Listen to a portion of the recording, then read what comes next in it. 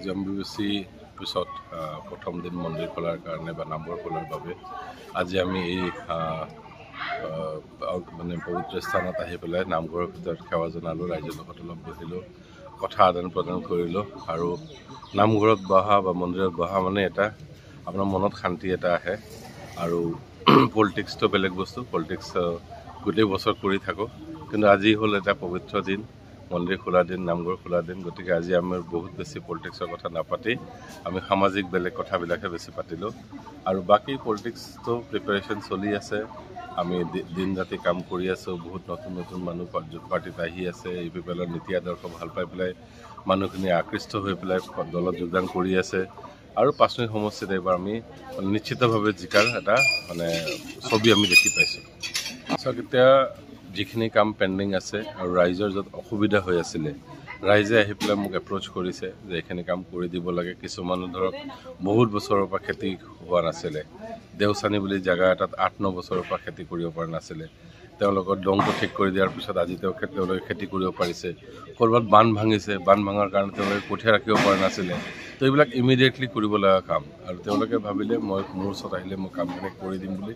সেইকাৰণে মই কামখিনি কৰিও দিলোঁ। ৰাইজৰ য'ত উপকাৰ হয়, ৰাইজৰ উপকাৰ হওক বুলি মই কামখিনি কৰি দি আছোঁ। ক'ৰবাত JCB, ক'ৰবাত কিবা, ৰাইজে মুঠতে য'ত মোক মানে অনুৰোধ কৰিছে কাম কৰিব লাগে বুলি, স্পেচিয়েলি ৰাইজৰ কাম, সেই কামখিনি মই কৰি গৈ আছোঁ। এতিয়া ছিলেক্টেড বা ইলেক্টেড মানে আমাৰ MCLA কিয় কৰিব পৰা নাই, কি অসুবিধা আছে, সেইখিনি মই গম নাপাওঁ।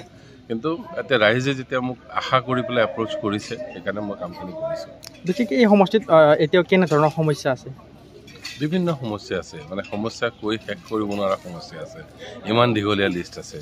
বাগানৰ সমস্যা বেলেগকৈ আছে, এই আপোনাৰ ফৰেষ্ট এৰিয়াত বেলেগ সমস্যা আছে, গাঁওবোৰত বেলেগ সমস্যা আছে, সমস্যা শেষেই নাই। এতিয়া আপোনাৰ মানে 20 বছৰ হ'ল, 4টা ইলেকশ্যন পাৰ হৈ গ'ল, 5 নম্বৰ ইলেকশ্যন আহিবৰ হ'ল।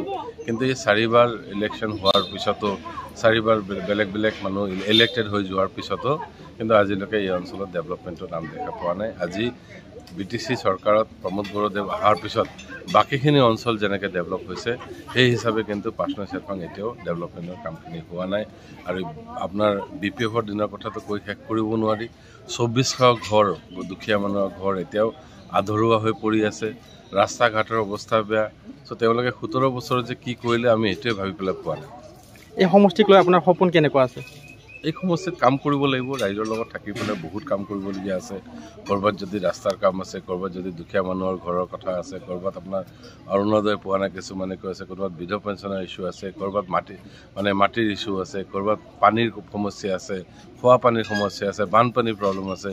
চ' বহুত বিভিন্ন সমস্যা, বিভিন্ন ধৰণৰ জটিল সমস্যাবিলাক আছে।